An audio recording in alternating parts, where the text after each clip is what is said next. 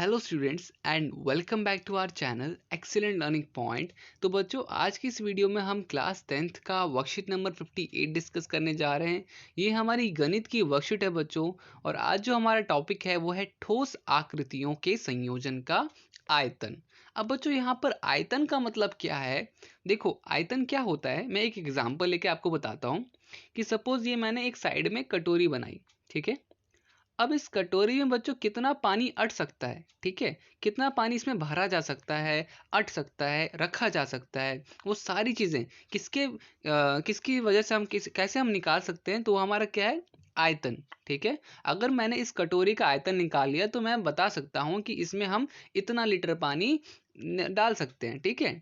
तो आयतन क्यों होता है बच्चों? तो किसी चीज़ में भी, किसी भी वस्तु में कौन सी चीज़ अटी जा सकती है, रखी जा सकती है, भरी जा सकती है। तो ये सारी चीज़ें मतलब कि एक तरह से कैपेसिटी, किसमें कितनी कैपेसिटी है, ये चीज़ बताने के लिए हम यहाँ पर आयतन का या तो वॉल्यूम का इस्तेमाल करते हैं, ठीक है।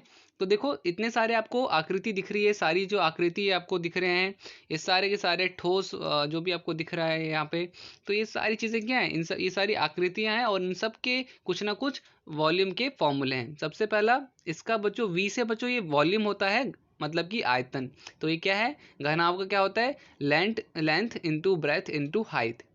फिर उसके बाद घन का क्या होता है, ए क्यूब। शंकु का क्या होता है, 1/3 पाई आर स्क्वायर एच। इस तरह से बच्चों हमारा अर्धगोले का क्या होता है, अर्धगोले का होता है 2/3 पाई आर क्यूब, ठीक है। इस और बच्चों यहाँ पे गोले का आयतन क्या है, 4/3 पाई आर क्यूब, ठीक है।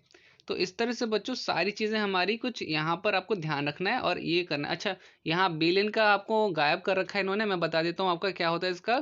तो इसका होता है आपका pi r square h, pi r square h, ठीक है। ठीक है बच्चों, ये आपका बेलन का हो गया। तो इस तरह से ये सारी चीज़ें बच्चों दे रखी है। कमाल की बात है कि इंग्लिश मीडियम वालों में अर्धगोला गायब कर रखा था और हिंदी मीडियम वालों में बेलन का गायब कर रखा है, मतलब एक तो गायब करना उनका रूल था। चलो बच्चों, ये तो हमारे वॉल्यूम का हो गया।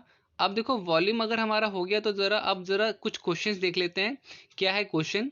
तो देखो, यहाँ पे लिखा हुआ है कि प्रश्न एक, 16, 12 और 10 विमाओं वाले एक घनाभ से 2 सेंटीमीटर किनारे वाले कितने घन बनाए जा सकते हैं? अब देखो, यहाँ पर ना एक बड़ा सा घनाभ आपको दिया जा रहा है। ये बड़ा सा घनाभ आपको दिया जा रहा है। अब बोला जा रहा है कि छोटा सा और आपको एक घन दे रखा है, छोटा सा एक घन। बोला क्या जा रहा है कि ये जो एक छोटा सा है, ये ऐसे कितने लगेंगे इस पूरे घन आपको बनाने के लिए।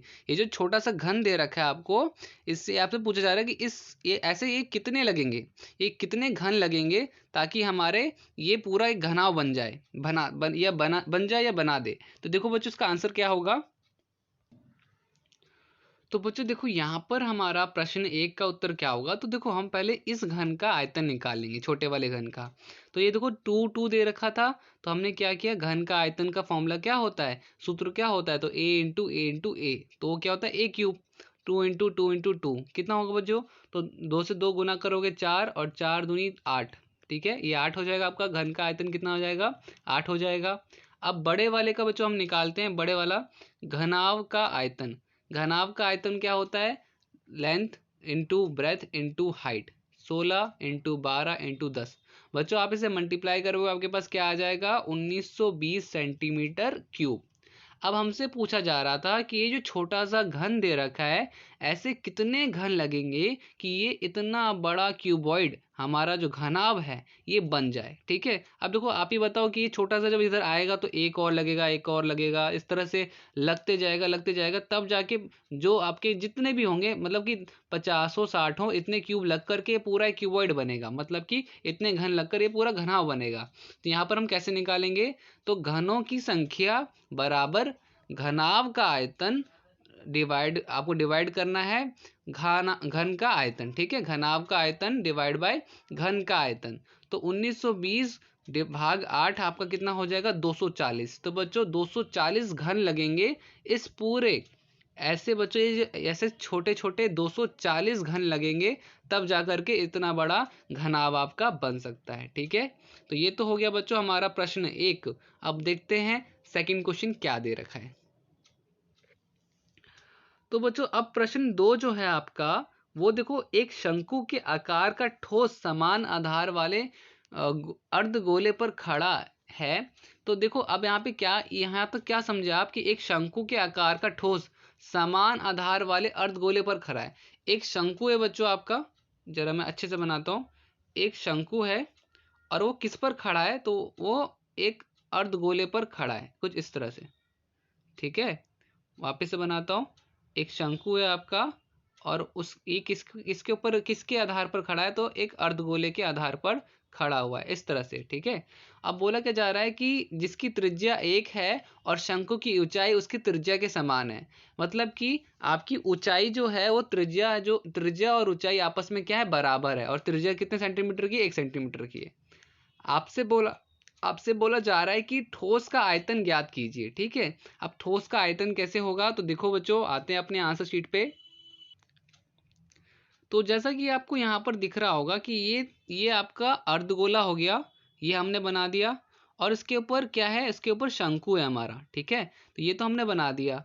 अब हमसे बोला जा रहा है कि हाइट जो है, ऊंचाई जो है कोण की, वो बराबर है किसके, अर्धगोले की त्रिज्या के बराबर है। ये और ये क्या है, आपस में बराबर है। ठीक है, और त्रिज्या हमें दे रखी थी वो 1 सेंटीमीटर है। अब हमें इस पूरे ठोस का आयतन निकालना है। तो हमें सबसे पहले क्या करना पड़ेगा, शंकु का आयतन निकालना पड़ेगा और अर्धगोले का आयतन निकालना पड़ेगा। तो देखो बच्चों आते हैं अपने आंसर शीट में।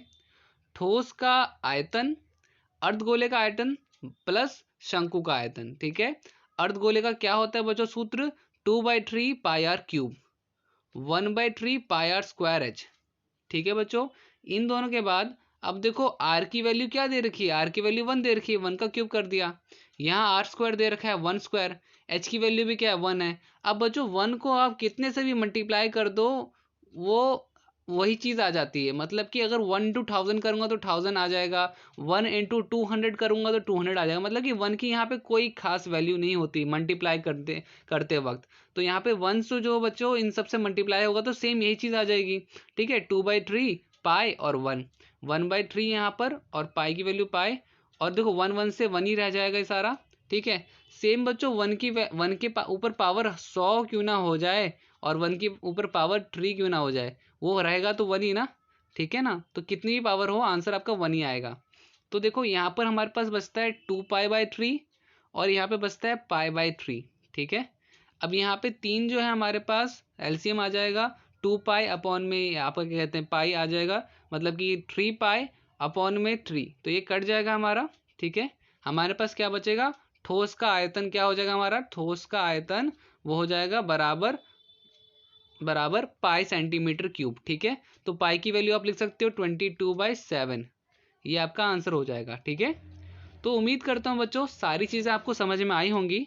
अगर बच्चों वीडियो अच्छी लगी तो प्लीज़ लाइक शेयर कमेंट ज़रूर कीजिएगा।